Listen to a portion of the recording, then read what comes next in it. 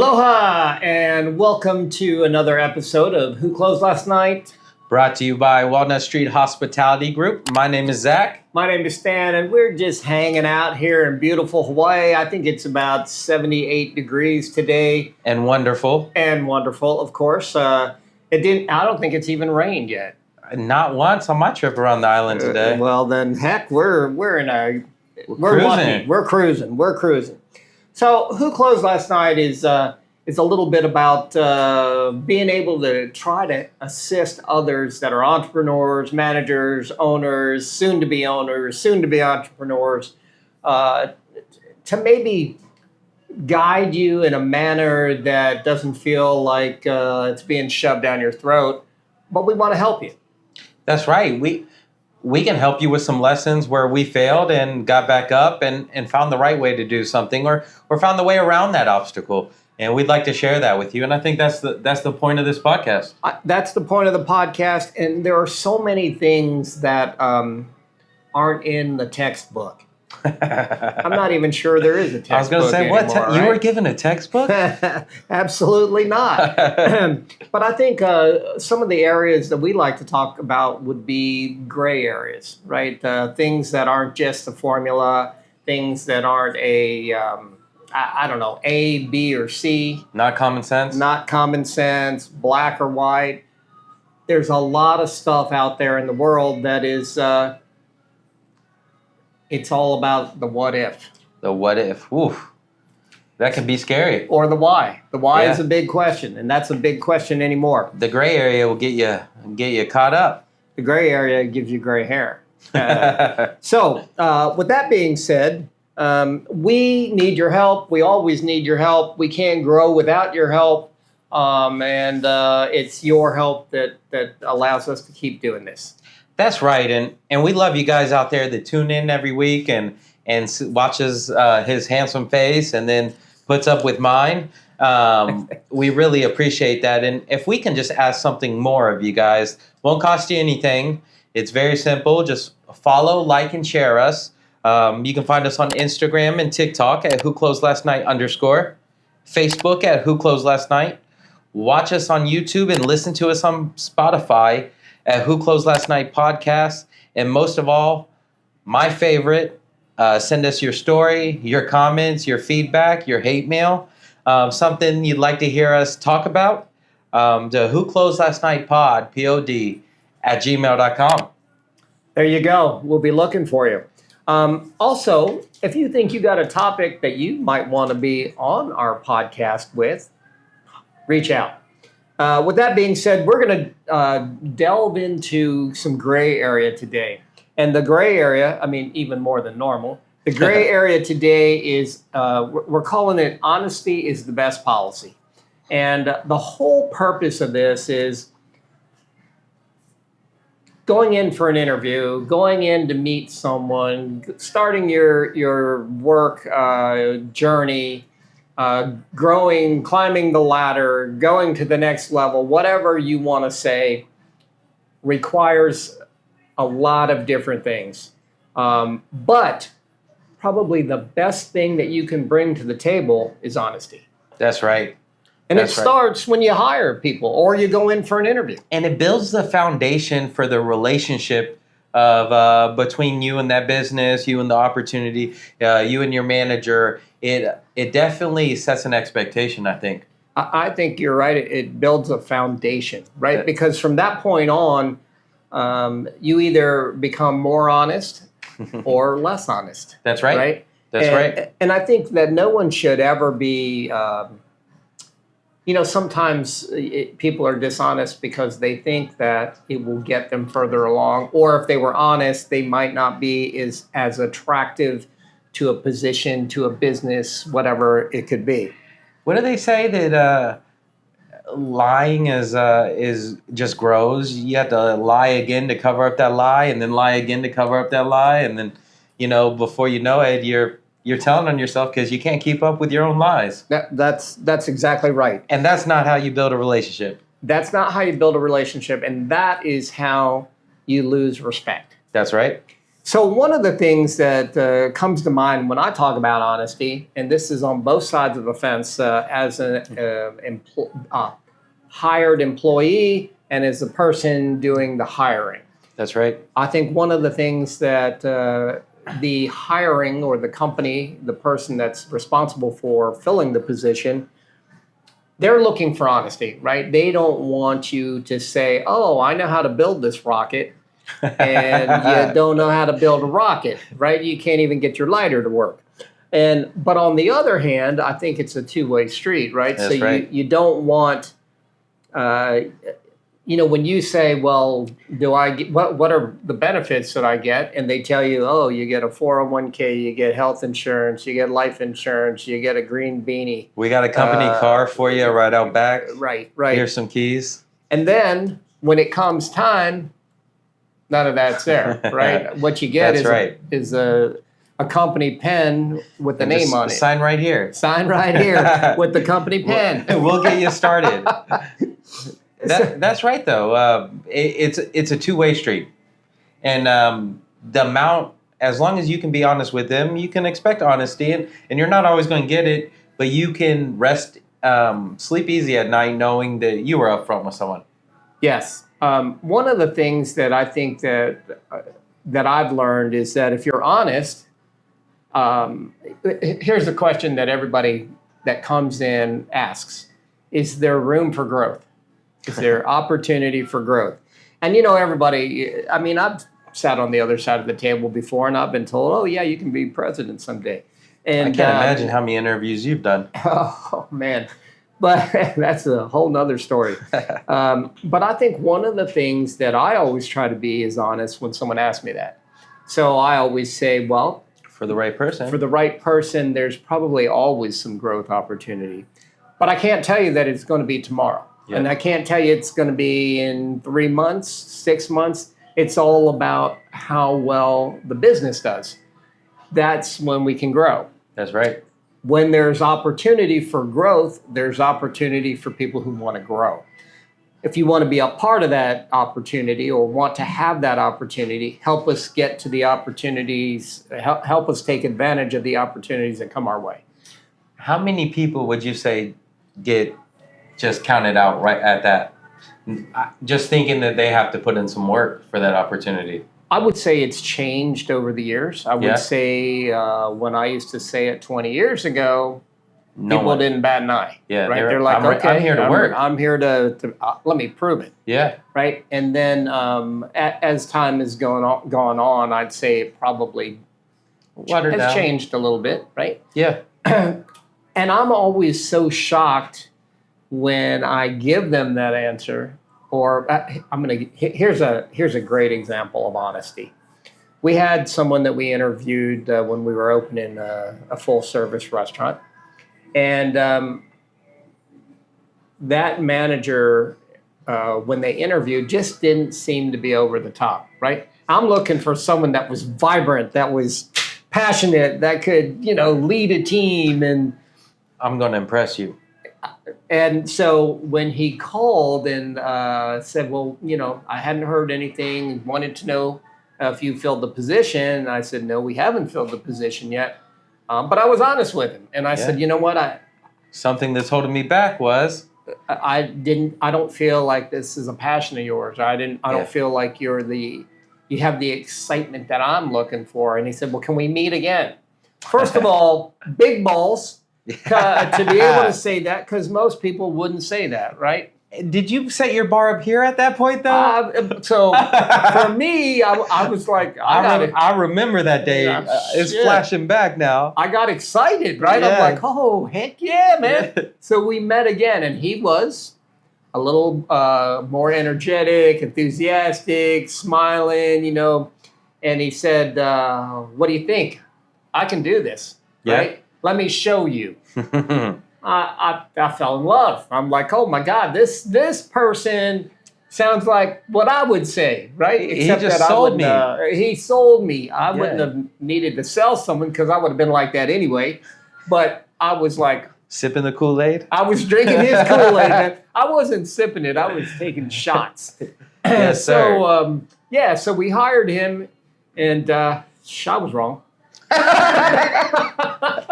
He was a good guy. He was a good guy. He was a good guy, but he was not energetic, outspoken, and passionate. No, and no again. Yeah. But damn it, he sold me. The Kool-Aid was a good flavor that day. The Kool-Aid was a good flavor that day. But where I was going with this is he wasn't honest. Yeah. Right? He wasn't honest. And, that catches up to you. Yes. And so not too much further later, I'm like, where's that excitement? When are you going to start impressing me? When are you going to have that passion, that leadership, that, friendliness and everything that you said, let me show you. Yeah. And so, our relationship came to an end. But I always think about that for a couple of reasons. A, I think we do give people chances. Yeah. But B, if he would have been honest about it, we would have saved us both, some pain. Some pain. I would say that even past that initial honest or dishonesty, whatever you want to call it, in regard to giving him chances, we met with him several times and expressed that, hey, we can work on this, and this, and hey, show us, right? Yep. And so he was given opportunity and chance, and fell short. Yep, fell short. Fell short, but the point is, we were honest with him. Yes, he wasn't honest with us, and I think when you have that kind of difference, things kind of fall apart. That's right. I like what you said about an interview process, because that's kind of where some of my examples come from, is in the interview process. And I've got this mental list in my head that, why everybody's left and say, oh, I left because I hate taking out trash, or I don't like washing dishes, or, I don't think it's my job as the general manager to have to hire a staff here. That should be HR. And so in the interview process, I run through that punch list and say, hey, I'd rather have you tell me to screw off to my face than find out 2 weeks into the job that you're unwilling to complete the tasks that are assigned to you, right? And start sinking the ship. I think so. Something that you brought up is you have to ask the questions, right? Yeah. And then you have to do part 2 of that, which is read the writing on the wall, right? You can tell by pauses in the communication, body language, what's real, what's not real. And then there are those people that just tell you stuff, and you're like, yeah, Kool-Aid, right? Kool-Aid. So one of the things that I like to ask is, what would have made you stay at the company that you just left? Because I think you can tell so much about that That's a good by their question. answer, right? When they say, oh, well, I didn't like it because there was no support from management. Okay, so you got to start asking 5 more questions. Right. What is it that they didn't support you in? Yeah. What kind of support would you have liked to see out of management? That's right. How could they have done something different, and what could they have done that would have changed, right? That changed your decision. Did you speak with your manager and ask for some support, right? Did you open your mouth and, closed mouth doesn't get fed, right? Yep. Did you reach out for help? Because it's a two-way street. Yep. I think another question that I like to ask is, what's important to you? Because I think everybody has their own set of values, so to speak. Values might not be the right word, but their own internal values that are important to them, right? They don't want to be disrespected. They want to be acknowledged. They want to have time to go pick up their children from school. They want to do everybody has what they're everything looking for. That we all can relate to. Everything that we can relate to, but you have to say them, right? Yes. You got to acknowledge that you have these. Put it out there. Put it out there. I'd rather know that you expect to get off at 2:00 every day to go pick up your daughter from school. That's right. Than for you to disappear every day for 45 minutes, and we're like, where the hell are you? Show up like I was in the walk-in. I was in the walk-in. Yeah. And we can accommodate that. As long as we know about it. That's right. And we can come up with a solution prior to hiring. mold a plan, a schedule that supports that. Since we're all on the same page and we're all aware, we can plan for business, we can plan for picking up the kids, we can plan for emergencies. Honesty is the best policy. That's right. You got to be honest with your wants, needs, desires. Your employer has to be honest with their expectations, responsibilities, growth opportunities. Nothing can happen if there's this huge chasm between the two sides, right, that you can't get across. Honesty bridges that gap. Honesty bridges the gap, but it also makes you more inclined to want to work with that person to give them what they need.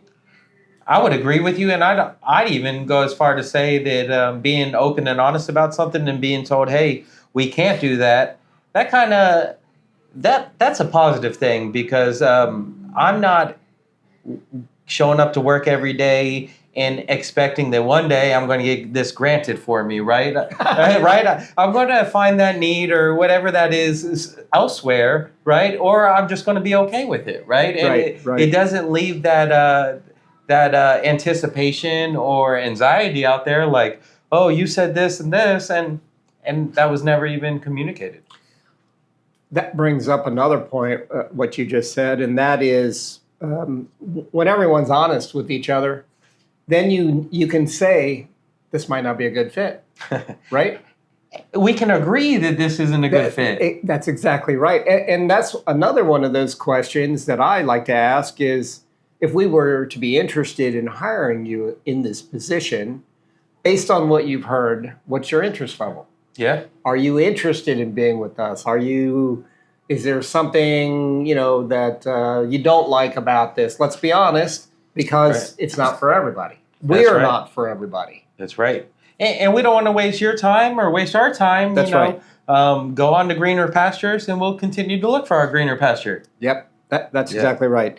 So with that, I think one of the things that we're trying to get to is, if you're honest, you don't have a section of time where you have to tough it out, right? That's right. I know that I've had jobs before when I knew by the second day that's not where I wanted to work, right? And it's because they said something. So the person that interviewed me was not the person that... There's rainbows everywhere. There's candy everywhere. You're going to love it. And you get to ride a unicorn to work. A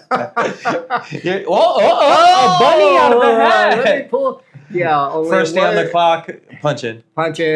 I mean, there was no, there was no warm and fuzzies, which I don't really care about, because I can do without the warm and fuzzies. But you're not there for the warm and fuzzies. I'm not there. I'm there to make money, to be successful, to do what I got to do. But tell me what really is expected, and tell me what what it is that I'm really going to be doing. If you're telling me that I'm going to be cooking this during this time, and then I get there and you say, okay, now you're going to stock shelves. Okay. Here's a mop and a plunger. That's your tools for today, right? Exactly. And that's not to say that if something happened, I wouldn't go do it. But you didn't come into work that day with that expectation, and you didn't know you signed up for that job. Yes, I didn't sign up to be a maintenance or janitor person. Yeah. I signed up to work in food and beverage. Right? That's right. And you're trying to hone those skills, and the other set of skills don't align with where you're going in life. That's right. They just needed to be It's all honest. about alignment, right? Alignment. Anything else you want to toss in on this?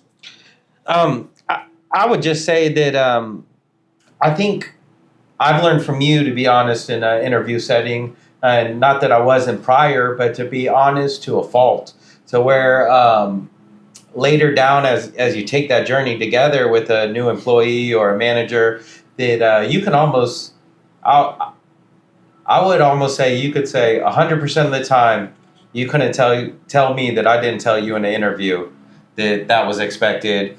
In the hospitality industry, we're busiest on the weekend, so I know in the interview process, I preface saying, hey, how do you feel about working Friday, Saturday, and Sunday? Now, that doesn't mean you got a chain here for the weekends. We can talk about whether or not we have coverage. If you want to take care of some family stuff or you're going on a trip, let's make sure we have our T's crossed and our I's dotted. But you can expect to work 90% of the weekends, and that's the expectation. And I think that that's carried me a long way from having people that stick with you and show longevity. Yeah. I think there's the side road off of being honest like that, right? And or straightforward. Yeah. And that is, then people think that, what a dick. What a dick. And the whole thing you're trying to create is, honesty. Hey, I don't want you to sign up for this if you if you want to be That's off right. every weekend. And I don't see that as being a dick. I see that as, hey, I'm being upfront, open, transparent. I'm telling you the way it is. Yeah, so later we don't have to butt heads about this. That's right. That's exactly right. And some people are good with working weekends, right? That's a small example, but I don't look at that as being a dick, but it's always perceived as being a dick. Well, maybe not always, but I think a high percentage. I think that what happens is the people that do join you, after they get to know you, they appreciate that you're straightforward. That's right. Right? And then you're not a dick, right? Yeah. Then I think I've heard some of the people that are leaders in our company tell other people coming in, one of the things that you'll never have to worry about is where you stand. That's right. Or what's going on. They're straightforward. They'll tell you exactly what they want, what they need, how to do it. And the expectation is that you're going to do that. That's right. Right? Okay. We're done preaching. We're getting off the pulpit, and here we go. We got one word because we're getting ready to roll out of here. And that one word is, especially because we're in Hawaii. There we go. That one word is Aloha.